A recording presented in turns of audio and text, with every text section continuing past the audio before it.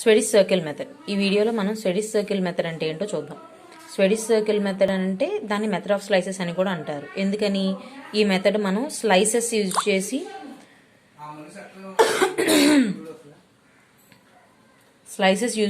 చేస్తాం కాబట్టి, వెజ్ మొత్తాన్ని స్లైసెస్ యూజ్ చేసి చేస్తాం కాబట్టి దీన్ని స్వెడిష్ సర్కిల్ మెథడ్ అని కానీ మెథడ్ ఆఫ్ స్లైసెస్ అని అంటాం. స్వెడిష్ సర్కిల్ మెథడ్ అని ఎందుకు అంటాం? ఇవి actual shape of slip surface అనేది ఫైనైట్ స్లోప్స్ లో కర్వీ లీనియర్ గా ఉంటుంది. కానీ మన కన్వీనియన్స్ కోసం దాన్ని సర్కిల్ గా అజ్యూమ్ చేసుకుంటాం. ఆ ఎజంప్షన్ అనేది స్వీడన్ లో చేశారు కాబట్టి ఈ మెథడ్ ని స్వెడిష్ సర్కిల్ మెథడ్ అనేది అంటాం అనమాట. ఓకే, నెక్స్ట్ అసలు దీని మీద అసలు ఏమేమి ఫోర్సెస్ యాక్ట్ చేస్తాయి అనేది మనకు ఫస్ట్ ఇంపార్టెంట్. ఒక ఫైనైట్ స్లోప్ తీసుకుంటే ఇది టో, ఇది స్లోప్, ఇది crest of the slope. Okay, దీని మీద ఏమేమి ఇచ్చేస్తాయి? ఇదేంటి? స్లిప్ సర్ఫేస్ అంటే ఏంటి? ఈ స్లిప్ సర్ఫేస్ కి పైన ఉన్న పార్ట్, ఈ పార్ట్ అనేది ఇన్స్టేబుల్ గా ఉండటం వల్ల, దీని వెయిట్ అనేది ఇన్స్టేబుల్ గా ఉండటం వల్ల అది ఫెయిల్యూర్ అనేది జరుగుతుంది అనమాట. సో వెయిట్ అనేది ఎక్కడ యాక్ట్ చేస్తుంది? వర్టికల్లీ డౌన్వర్డ్స్ యాక్ట్ చేస్తుంది అనమాట. వర్టికల్లీ డౌన్వర్డ్స్ ఎక్కడ యాక్ట్ చేస్తుంది? Through the centre of gravity of the slip surface అనమాట. Okay, weight W acting vertically through its centre of gravity. Next ఇంకేం యాక్ట్ చేస్తుంది? ఇది ఇలా కిందకి ఇది అవుతున్నప్పుడు రెసిస్టెన్స్ ఫోర్స్ అనేది ఉంటుంది కదా. రెసిస్టెన్స్ ఫోర్స్ ఏంటి? కొహెసివ్ ఫోర్స్ అనమాట. కొహెసివ్ ఫోర్స్ అని అంటే కొహెసివ్ ఫోర్స్ సి. అది ఎలా యాక్ట్ చేస్తుంది? Cohesive force acting along the curved surface. Okay, ఇంకేం ఫోర్స్లు యాక్ట్ చేస్తాయి? ఇంకా రిజల్టెంట్ రియాక్షన్ ఆర్ అనేది యాక్ట్ చేస్తుంది. ఈ ఆర్ అనేది ఎలా యాక్ట్ చేస్తుంది? ఈ ఆర్ అనేది స్లిప్ సర్ఫేస్ కి నార్మల్ తో ఫై అనే యాంగిల్ మేక్ చేస్తుంది అనమాట.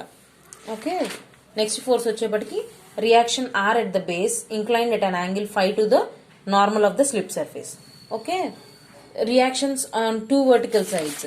దీని ఫ్రీ బాడీ డయాగ్రామ్ తీసుకున్నప్పుడు దాని రియాక్షన్స్ టూ వర్టికల్ సైడ్స్ లో వచ్చే రియాక్షన్స్. ఇప్పుడు ఒక స్లైస్ తీసుకుంటాం. ఈ మెథడ్ ఆఫ్ స్లైసెస్ లో ఏంటి? ఫస్ట్ డిఫరెంట్ స్లైసెస్ గా డినోట్ చేసి ఒక స్లైస్ తీసుకుంటాం. ఆ స్లైస్ మీద యాక్ట్ చేసే ఫోర్సెస్ ని కనుక్కుంటాం. సో ఆ స్లైస్ మీద weight of the slice downwards, cohesion, reaction, ఈ మూడు యాక్ట్ చేస్తున్నాయి. నెక్స్ట్ ఇది విడిగా తీసినప్పుడు, ఫ్రీ బాడీ డయాగ్రామ్ తీసినప్పుడు ఏమవుతుంది? వర్టికల్ సైడ్స్ మీద టూ ఫోర్సెస్ వస్తాయి కదా. ఆ two forces equal and opposite కాబట్టి క్యాన్సిల్ అయిపోతాయి అనమాట. అది reactions on the two vertical sides of the slices due to adjacent sides will be cancelled అనమాట. నెక్స్ట్ వెయిట్ డబ్ల్యూ ని నార్మల్ కాంపోనెంట్ గా, టాంజెన్షియల్ కాంపోనెంట్ గా రిజాల్వ్ చేసుకుంటాం. వెయిట్ డబ్ల్యూ వర్టికల్లీ డౌన్వర్డ్స్ ఉన్నదాన్ని normal to the slip surface N component గా, tangential to the slip surface component tea గా resolve చేసుకుంటాం. N is equal to formula ఏంటమ్మా? W cos alpha. T is equal to formula ఏంటి? W sine alpha. ఇవి ఎక్కడి నుంచి వచ్చినాయి? మనం ఫస్ట్ నుంచి తీసుకుంటున్నవి అవి. Okay, N is equal to W sine alpha cos alpha, T is equal to W sine alpha. ఓకేనా? ఇప్పుడు మనం ఏం చేయాలంటే moments about the centre of rotation ఓ తీసుకోవాలి of all the three forces. Act చేస్తున్న త్రీ ఫోర్సెస్ కి W, C and are, ఈ మూడు ఫోర్సెస్ కి మొమెంట్స్ అబౌట్ పాయింట్ ఓ తీసుకోవాలన్నమాట. మొమెంట్స్ అబౌట్ పాయింట్ ఓ తీసుకోవాలంటే ఎన్ ఏం చేసాం? డబ్ల్యూని ఏం చేసాం? ఎన్ అండ్ టీగా రిజాల్వ్ చేసాం కదా. ఎన్ అండ్ టీగా రిజాల్వ్ చేస్తే first overturning moments calculate చేద్దాం. ఓవర్ టర్నింగ్ మూమెంట్స్ అంటే ఏంటి? ఈ డైరెక్షన్ లో వెళ్ళాయి. ఓవర్ టర్నింగ్ స్లోప్ ని ఓవర్ టర్న్ చేస్తుంది. ఓవర్ టర్న్ మూమెంట్స్ అంటే సో టీ వల్ల క్రియేట్ అవుతుంది. మిగతా ఇవన్నీ రెసిస్టింగ్ మూమెంట్స్ కాబట్టి ఇది స్లిప్ అయిపోకుండా రెసిస్ట్ చేస్తుంది మూమెంట్స్. ఇది మాత్రం ఓవర్ టర్నింగ్ మూమెంట్, ఇట్లా ఓవర్ టర్న్ చేస్తుంది కాబట్టి. సో ఓవర్ టర్నింగ్ మూమెంట్స్ దేని వల్ల కాజ్ అవుతుంది? టాంజెన్షియల్ ఫోర్స్ వల్ల ఇది అవుతుంది. టాంజెన్షియల్ ఫోర్స్ టీ ఇంటూ ఈ డిస్టెన్స్ ఎంతమ్మా? Radial distance R. So overturning moments is equal to tangential force T into R. Okay, over turning moment MO is equal to T into R. Resisting moment కి formula ఏంటి? Resisting moment ఎట్లా వస్తుంది? Resisting moment ఇంకేమేమి ఉన్నాయి calculate చేయడానికి? R and C అనమాట. R అనేది ఎలా యాక్ట్ చేస్తుంది? ఇలా యాక్ట్ చేస్తుంది. సో ఆర్ ఇంటూ ఈ డిస్టెన్స్ ఎంత? Small are into sine phi.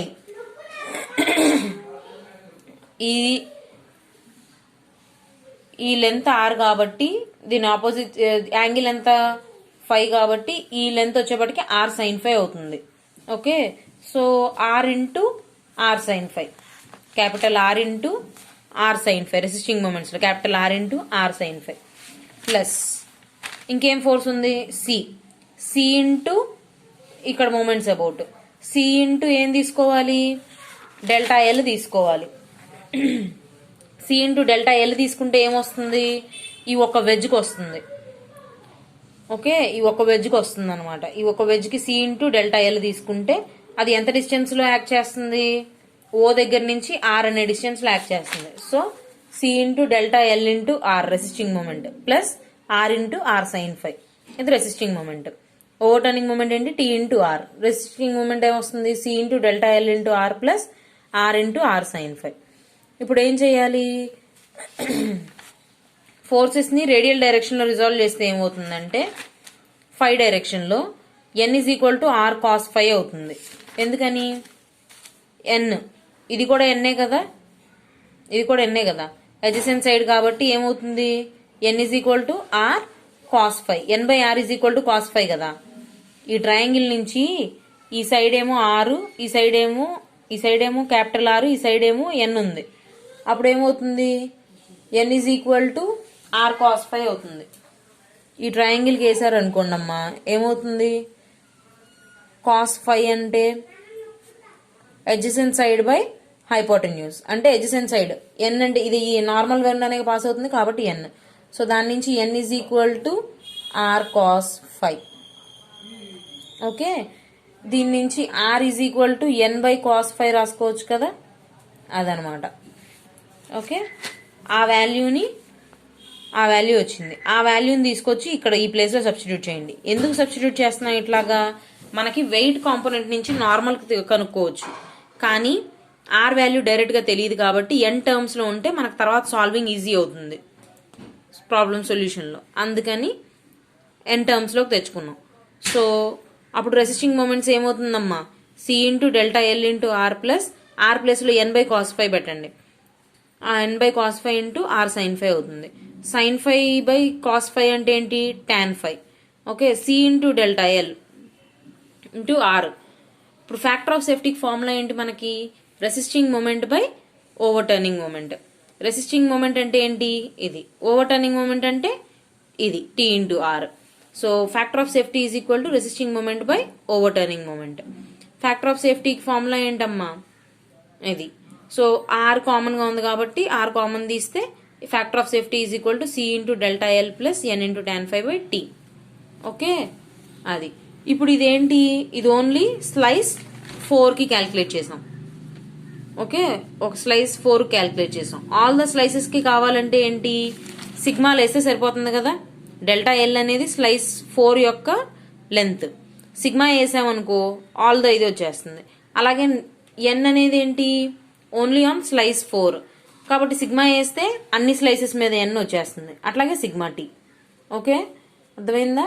So factor of safety for the entire wedge is given by sigma into C delta L plus sigma N into tan 5 by sigma tea.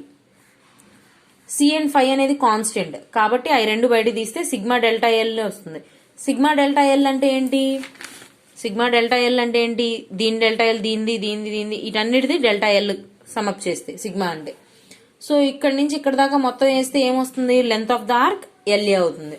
There four sigma delta A is equal to LA అనమాట. Okay, sigma delta A is equal to LA plus tan 5 into sigma n by sigma t, where LA is the length of the entire slip surface which is equal to sigma delta L. ఓకేనా. అదే ఇప్పుడు మనం ఈ veg తీసుకున్నప్పుడు ఏంటి, equal width లో తీసుకుంటాం, ఒక్కొక్కటి బి అనే విడ్త్ తో తీసుకుంటాం. ఇప్పుడు ఇది ఈ వెజ్ అనేది, ఈ స్లోప్ అనేది హారిజాంటల్ తో చేస్తున్న యాంగిల్ ఎంతమ్మా, ఆల్ఫా. సో ఇప్పుడు ఈ బి ఏమవుతుంది, బి సై delta L is equal to B secant alpha అయ్యిద్ది. N is equal to W cos alpha, T is equal to W sine alpha. Okay, మనకి ఎన్ ఐ కూడా డైరెక్ట్ గా తెలియనప్పుడు ఈ ఫార్ములా యూజ్ చేస్తాం అనమాట.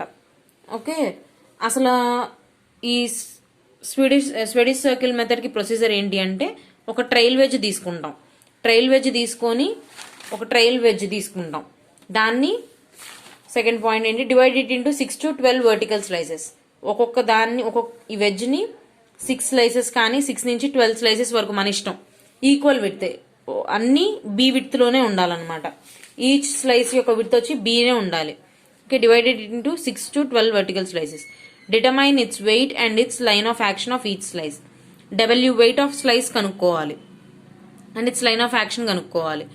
లైన్ ఆఫ్ యాక్షన్ అంటే ఎక్కడ యాక్ట్ చేస్తుంది అనేది, అంటే ఎంత దూరంలో యాక్ట్ చేస్తుంది అనేది కనుక్కోవాలన్నమాట. ఇక్కడ నుంచి ఎంత దూరంలో యాక్ట్ చేస్తుంది అనేది కనుక్కోవాలి.